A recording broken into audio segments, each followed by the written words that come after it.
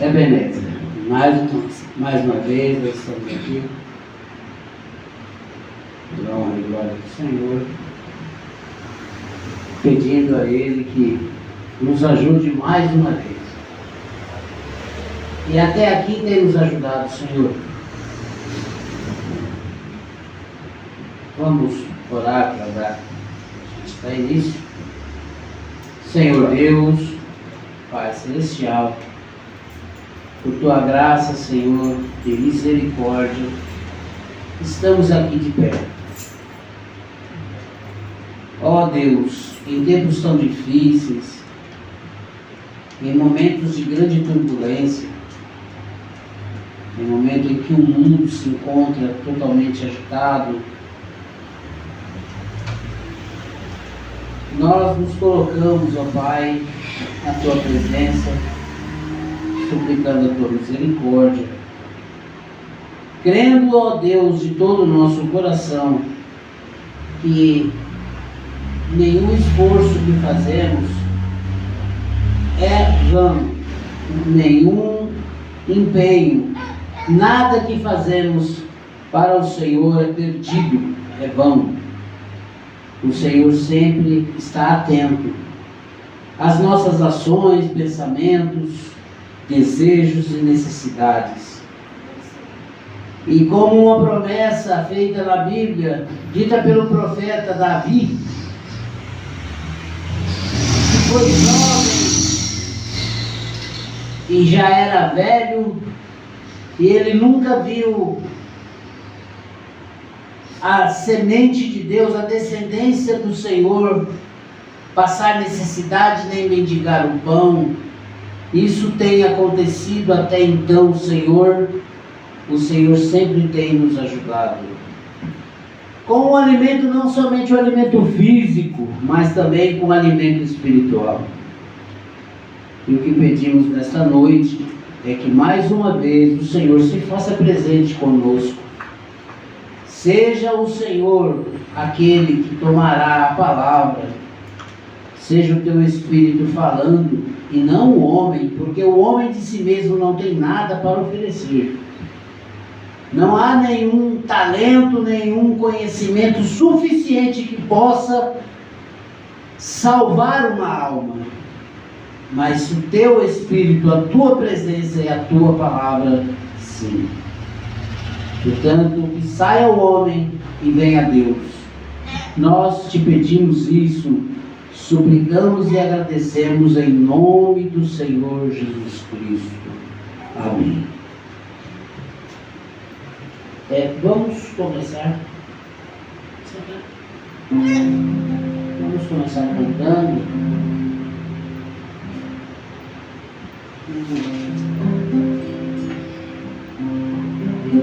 18.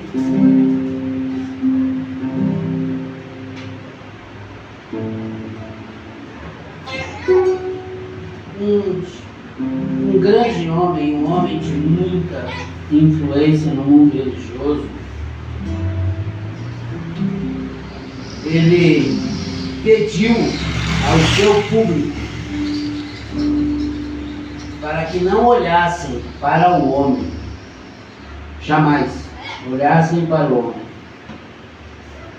porque se olhar para o homem não vai encontrar nada nele que se agradável, mas que olhassem para o Espírito que está no homem. Se encontrasse o Espírito Santo nele, então se deveria dar atenção. E o profeta de Deus disse: não atentem para o que eu digo, mas para o que eu quero dizer.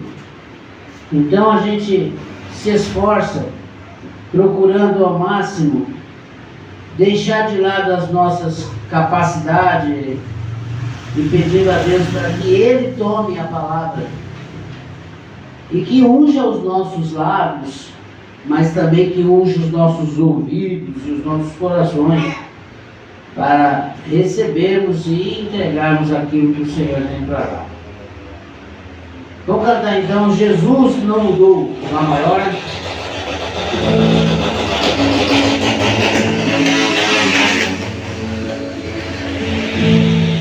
Posso ver a igreja louvando o Senhor, adorando com todo o fervor. Posso ver Jesus Cristo salvando, seu poder derramando, nos enchendo de amor. Posso ver as suas maravilhas na igreja de hoje acontecer. Posso ver a alegria reinando e o povo cantando louvores a Deus. Posso ver a alegria reinando e o povo cantando louvores a Deus. Jesus não mudou,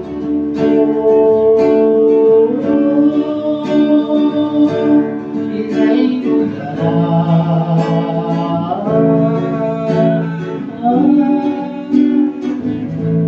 Pois Ele operou no passado, hoje também operando está.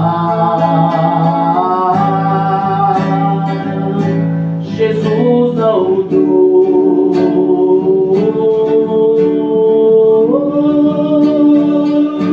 e nem mudará.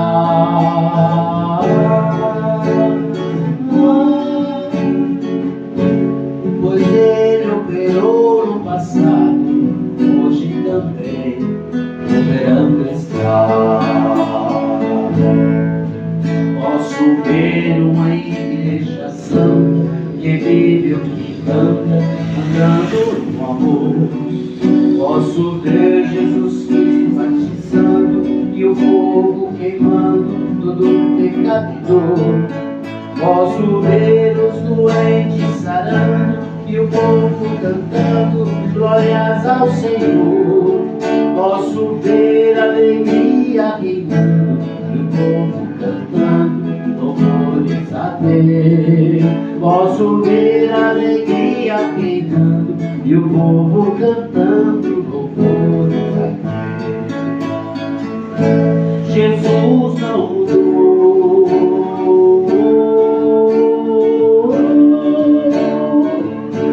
e nem mudará.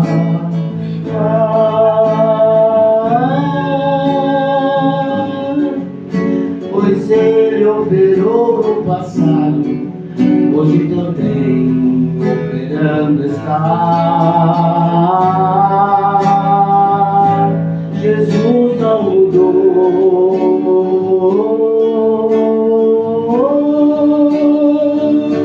e nem mudará.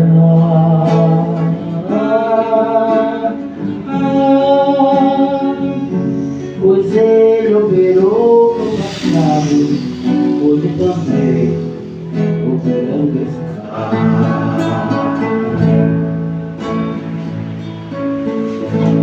Amém. Glória a Deus.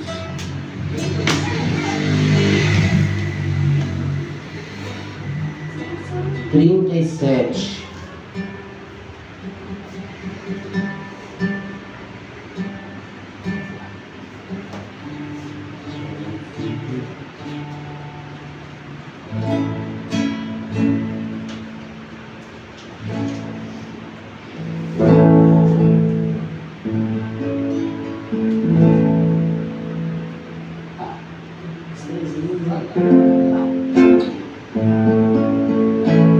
Tenho livro da bela cidade,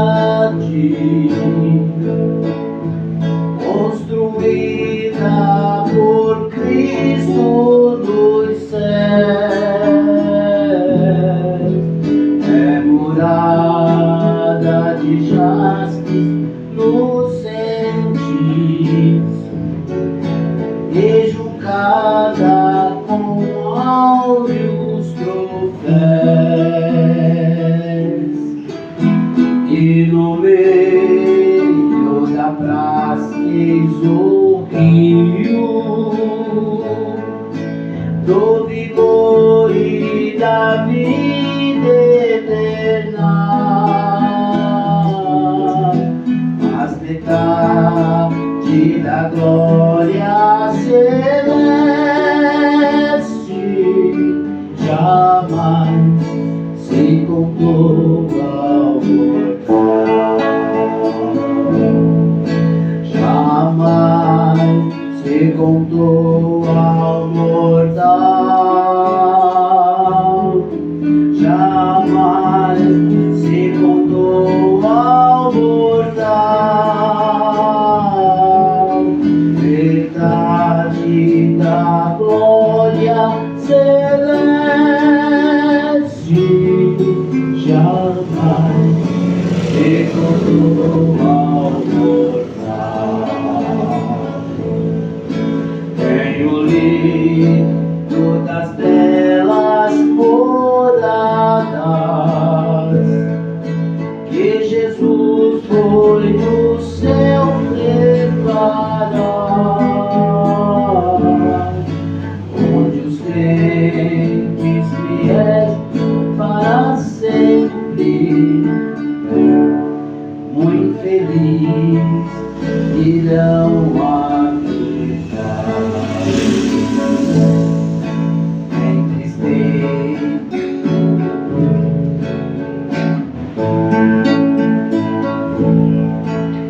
Teremos no lar paternal,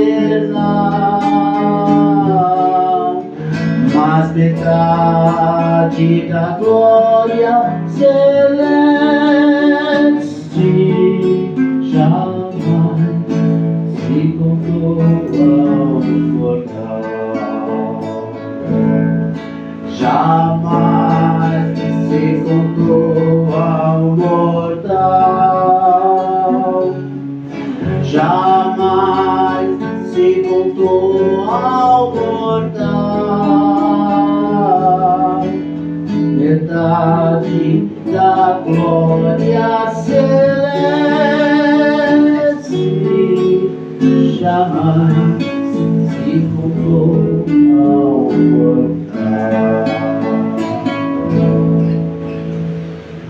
Põe o ventilador do lado ali.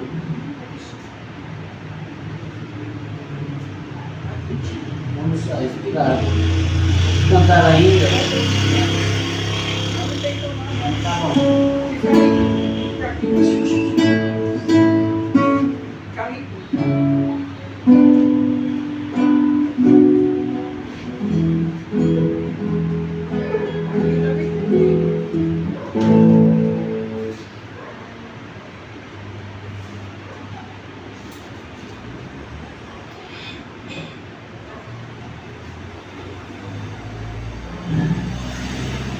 Quando a gente vai fazer algo para Deus, se desprende uma grande luta. E essa luta é com a gente mesmo.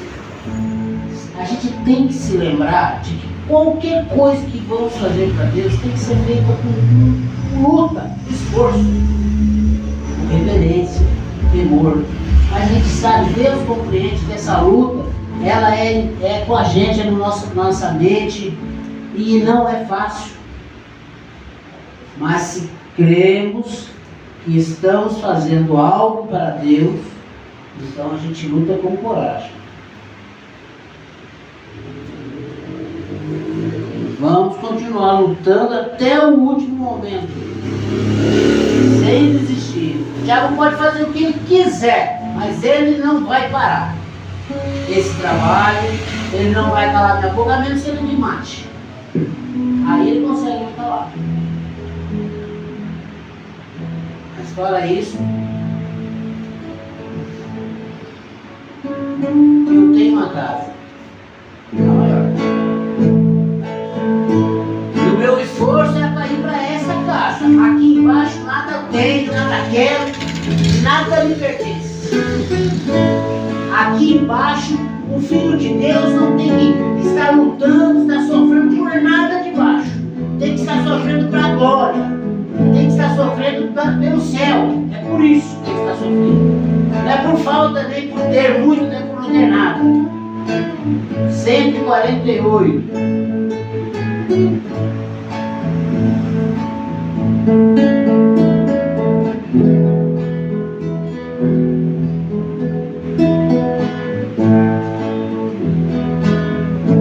A minha casa humilde aqui não é como as outras que às vezes eu vi, mas não me importa, pois Cristo ali já tem preparado um palácio pra mim.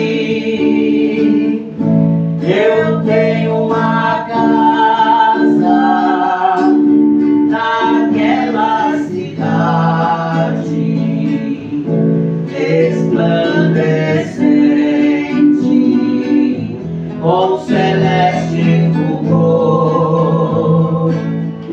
Da minha pátria eu tenho saudade, hei de estar com Jesus meu Senhor.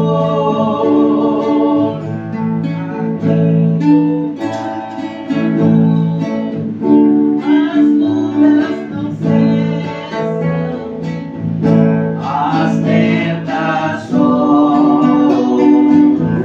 me atacam sem fim, mas muito em breve de tudo me esqueço, gozando delícias preparadas pra mim.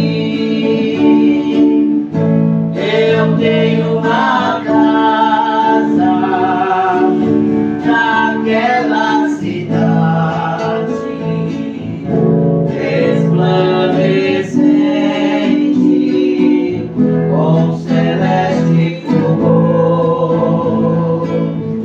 Da minha pátria eu tenho saudade, hei de estar com Jesus meu Senhor. Eu não sou pobre nem desamparado, peregrinando com Cristo eu vou. Não estou triste nem desanimado, participante de um reino eu sou. Eu tenho uma casa naquela cidade resplandecente com celeste fulgor. Da minha pátria eu tenho saudade, hei de estar com Jesus meu Senhor. Amém, amém. Aqueles que essa voz alcança, aqueles que estão em casa ouvindo esses hinos simples, essas palavras simples, saia do conforto de sua casa, venha estar conosco, venha orar conosco, venha ouvir uma porção da palavra.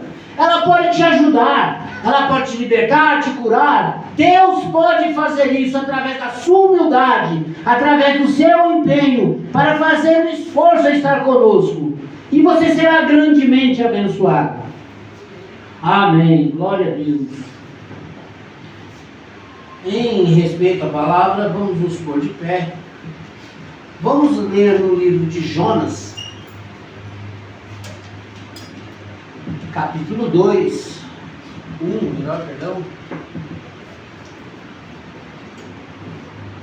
Jonas 1, 4 ao 6 e depois Jonas 1, 13 ao 17.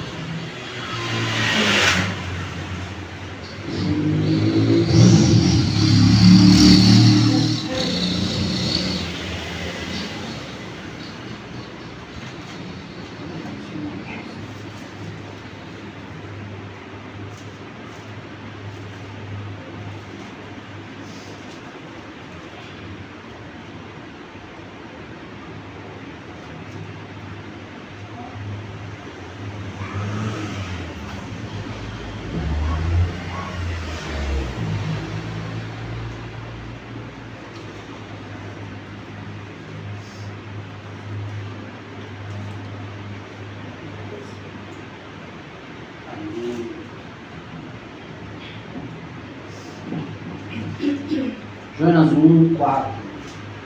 Mas o Senhor mandou ao mar um grande vento e fez-se no mar uma grande tempestade.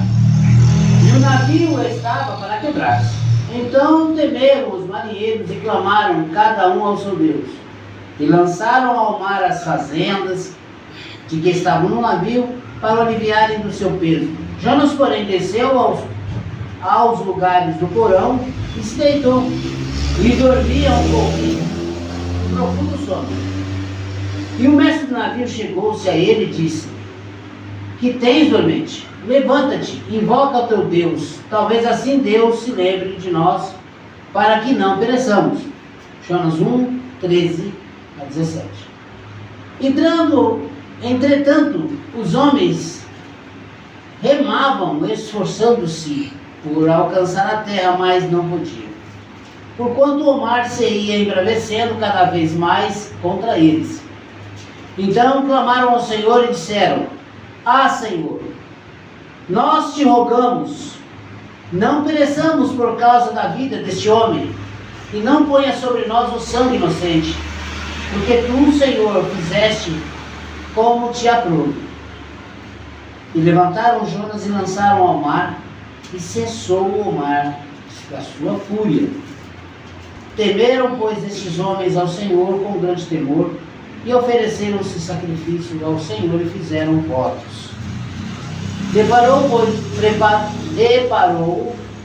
pois, o Senhor um grande peixe, para que tragasse a Jonas e este 3 dias e 3 noites.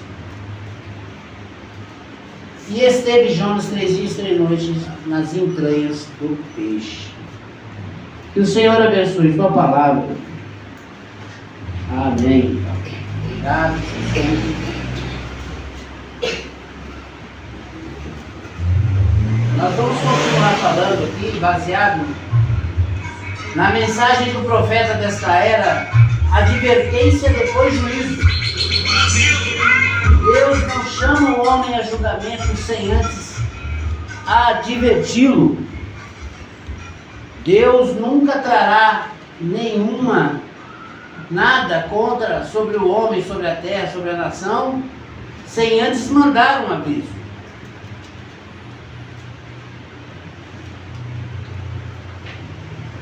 E o profeta continua falando assim: Nínive conheceu antes do seu tempo. Deus olhou para Nínive e disse: Estou angustiado e cansado destas coisas.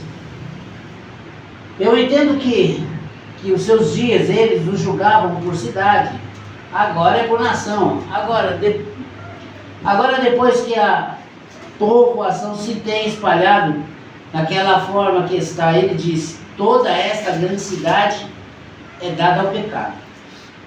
E Deus, antes de enviar juízo, ele enviou uma mensagem de admoestação: saem fora dela, corrijam-se, vigiem. O profeta nunca disse nada senão se disse: dentro de 40 dias essa cidade será destruída. Era a mensagem do profeta, alertando o povo do juízo que cairia sobre ele, caso eles não se arrependessem. E como algumas vezes é difícil fazer tais coisas como essas para dizer ao povo: Se o profeta não vigiar, se verá em problemas, porque ele bondosamente pode se lançar a um lado, tratando de fazer fácil, ou comprometer um pouquinho aqui e outro pouquinho ali. Porém, o profeta real toma a ordem de Deus, nunca deve comprometer nada, ele deve colocar absolutamente em linha. Essa é a razão pela qual ele usou tanto o espírito de Elias. É porque esse espírito sempre cumpria as suas ordens, exatamente como foi dada. E sempre um regresso à palavra. O espírito de Elias sempre foi entregar a mensagem que Deus ordenava ele pregar, sempre trazendo a fé de volta ao original, a verdadeira palavra, sem mistura de conceitos religiosos, sem credo, sem dogmas, sem teologia ou escatologia ou qualquer gia que o mundo religioso usa, né? Vem sempre um regresso à palavra. Agora, encontramos a Nínive em pecado, e o profeta estava indeciso, porque aquele era um mundo gentil, vejam, e ele era uma nação gentil, um povo gentil, não eram os seus, não eram os hebreus, eram gentios. Um grande barco, Nínive era um porto comercial, havia ali grandes indústrias de pescaria, as pessoas pescavam, e eles deveria haver tido um grande campo pecador ali, dinheiro em abundância, e aonde há dinheiro em abundância, é onde o povo está, na opinião popular do dia. Vou repetir.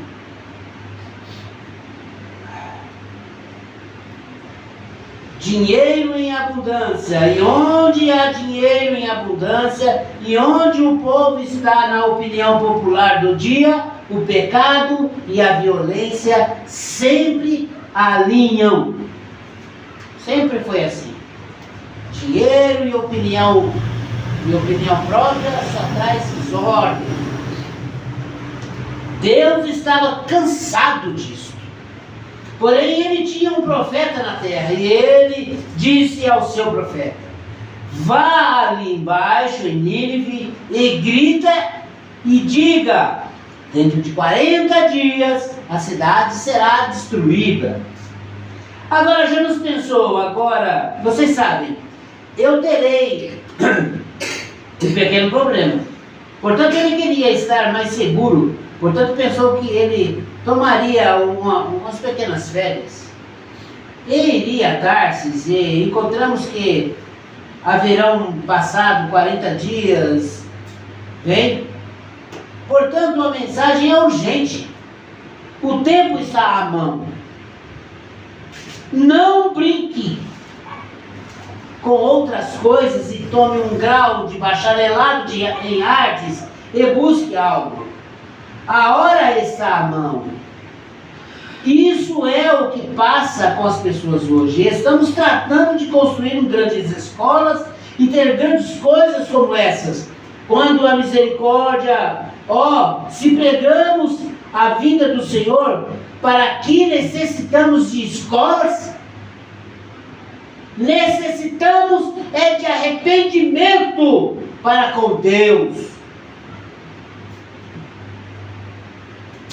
Seria tão bom se isso descesse fundo no coração de muitas pessoas que confessam crer em Deus. Seria muito bom se isso descesse fundo mesmo, lá no coração das pessoas que têm a Bíblia debaixo do braço e, no entanto, estão baseadas em quê? Estão baseadas na palavra de um homem de colarinho duro, que passou anos dentro de uma escola tentando aprender de Deus, Sendo que a maneira mais simples é de joelhos no seu quarto, em oração, lendo a Bíblia. Procurando, se baseando em quanto mais o homem tem PhD, mais usado ele é por Deus. Ora, quem crucificou Jesus eram os grandes religiosos da época. Quem crucificou Jesus eram os teólogos, os estudantes da Bíblia da época. E como que o povo não vê isso? É necessário um arrependimento sincero e um coração dobre a Deus. Um coração fiel, temente.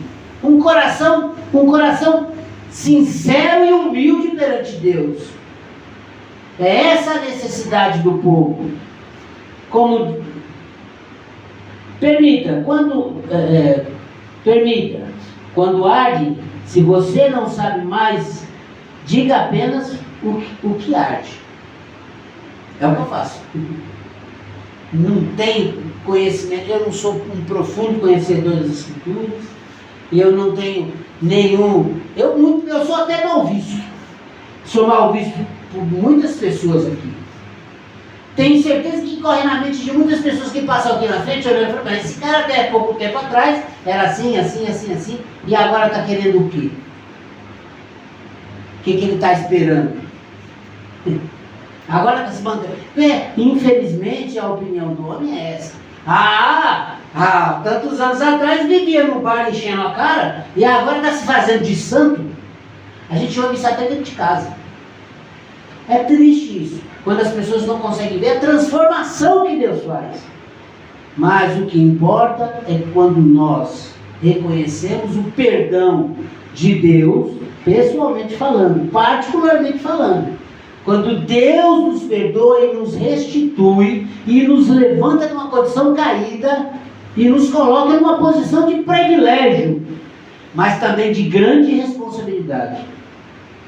Porque servir a Deus é uma responsabilidade. Mas com quem? Com o meu vizinho? A minha responsabilidade de servir a Deus é com a minha esposa? É com a minha irmã?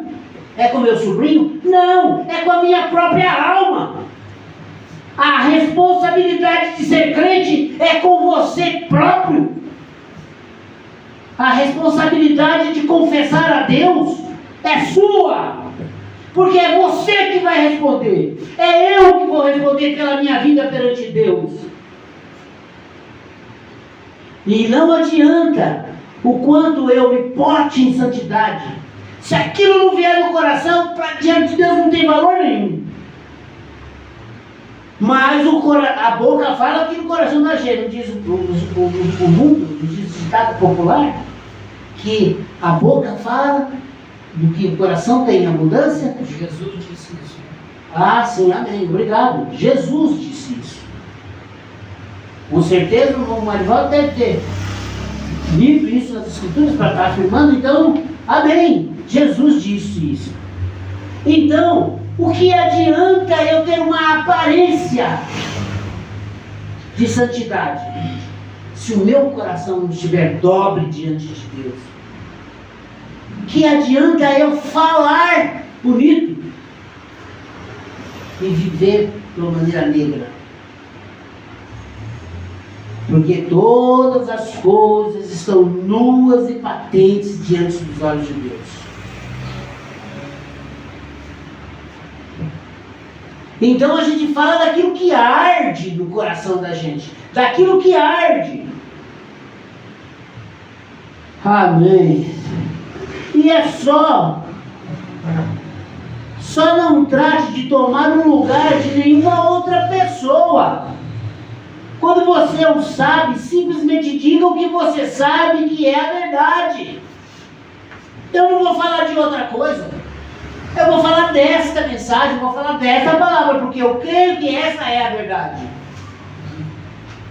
Amém, aleluia. Essa é a forma em que vem sobre mim e assim é que me sinto acerca disso. Isso é, se você não sabe mais nada do que isso, diga isso. Vamos, a mensagem é urgente, o tempo está à mão. Quando negligenciar algo que eu creio que Deus tem me comissionado a fazer? Ora, eu, graças a Deus, me permitam, me dê licença, vocês que estão aqui para ouvir, eu tenho tido a graça de encontrar pessoas que me conheceram há anos atrás e dizer: poxa, você está até mais jovem.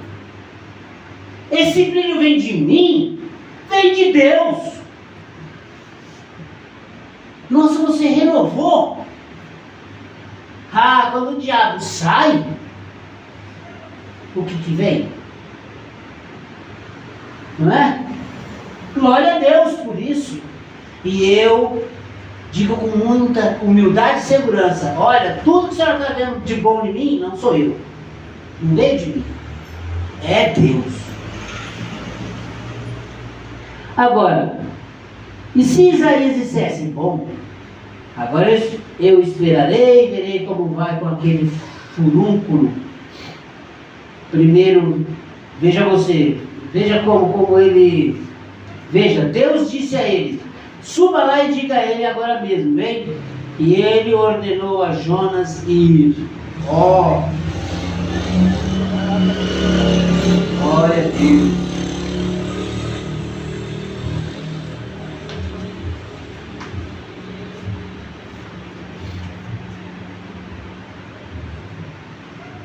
Aleluia.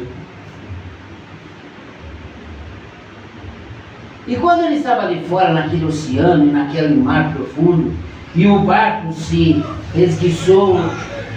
enguiçou na tempestade, e eles haviam içado a vela, e então o barco girava ao redor de si, eles imaginavam que a causa era o mundo ali fora. Porém, eles não podiam fazer. Sair, parecia como que a coisa estava sem controle. E cada homem clamava ao seu Deus. E a primeira coisa que você sabe, Jonas estava em suas férias. Portanto, ele pensou: poderia dormir, e ele deveria haver descido ao compartimento do barco e ido dormir ali com seus pés apoiados para cima. E ele disse: desperta, folgadão, e clama ao teu Deus. E Jonas sabia o que havia de mal. A pior coisa que a gente pode ver é um servo de Deus negligente. É um homem que tem recebido o chamado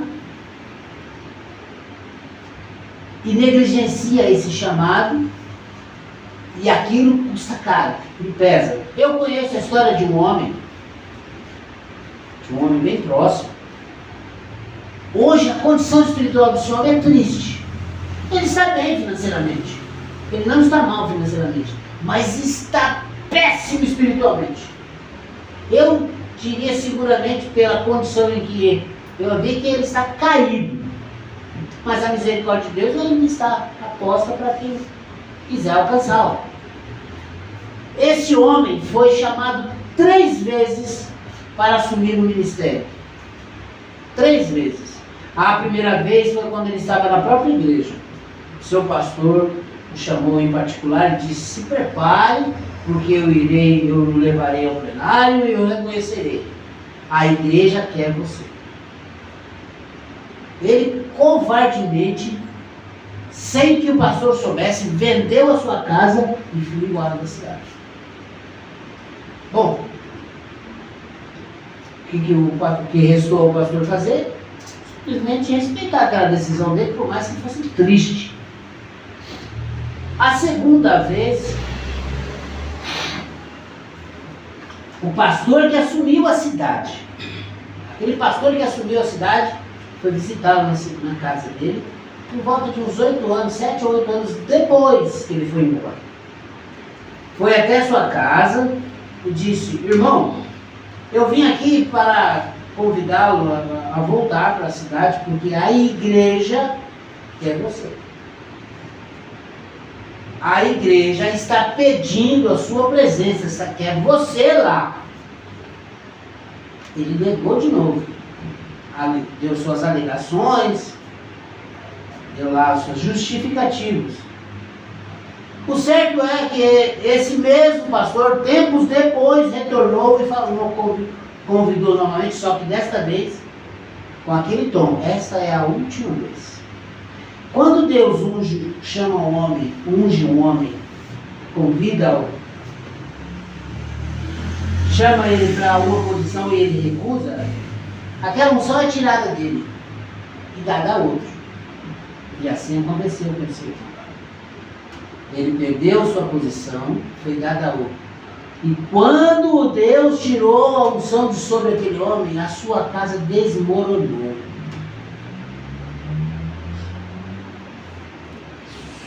Sua filha se perdeu, sua esposa o abandonou,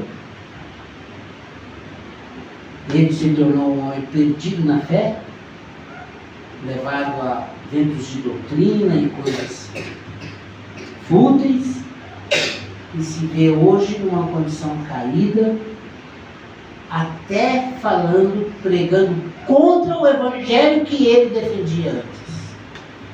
Veja que condição miserável. Mas eu creio que a misericórdia de Deus ainda o alcançará.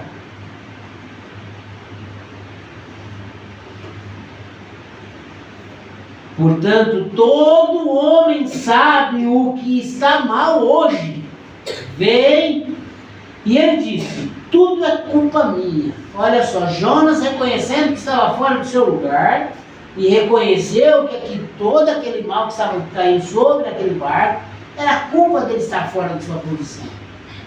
Às vezes temos problemas em casa, vivemos em problemas, mas então quando reconhecemos que somos nós os causadores de tais problemas e voltamos atrás, Deus entra em cena. Eu sou uma prova viva disso. E ele disse, tudo é culpa minha. Amarre-me as mãos e lance-me ao mar, e então acabará este problema. E eles eram cavaleiros amáveis, como há muitos indivíduos, e não queriam fazer aquilo. Porém, eles averiguaram que ele era um profeta e sabiam o que estava falando. Ele disse, eu pensei que tomaria minhas férias primeiro, porém, o Senhor não quer que eu tome estas férias. Eu tenho que descer ali, tenho um trabalho a fazer. Eu pensei que poderia descansar um pouquinho antes de ir, porém tenho que ir. A mensagem é urgente, tenho que chegar lá. Posso imaginar quando aquele certo peixe preparado teve a Jonas dentro do seu estômago, deu voltas completas e jogou água sobre todo o país e se encaminhou para Nínive tão rápido quanto podia. Deus estava levando aquela mensagem para lá naquele certo peixe preparado, e ele se encaminhou para Nínive tão rápido quanto pôde, porque ele tinha ao mensageiro a bordo e tinha que levá-lo ali. Ele tomou o barco errado, porém Deus havia preparado um barco para ele. Por isso, vocês sabem, terminando já, Deus é capaz de fazer grandes coisas, se nós tão somente escutarmos a Ele. Não pode haver mudança se não houver humildade para ouvir a Deus. Deus teve que usar uma jumenta para falar com o seu profeta. Não pode usar um desacreditado para levar sua mensagem? Deus não foi lá nas sinagogas buscar aqueles teólogos para levar a sua mensagem. Deus foi nas praias de Jerusalém para buscar homens ignorantes. Pedro era um agitado, nervoso. Era um ignorante, totalmente ignorante, mas foi a ele que Deus confiou a chave do céu.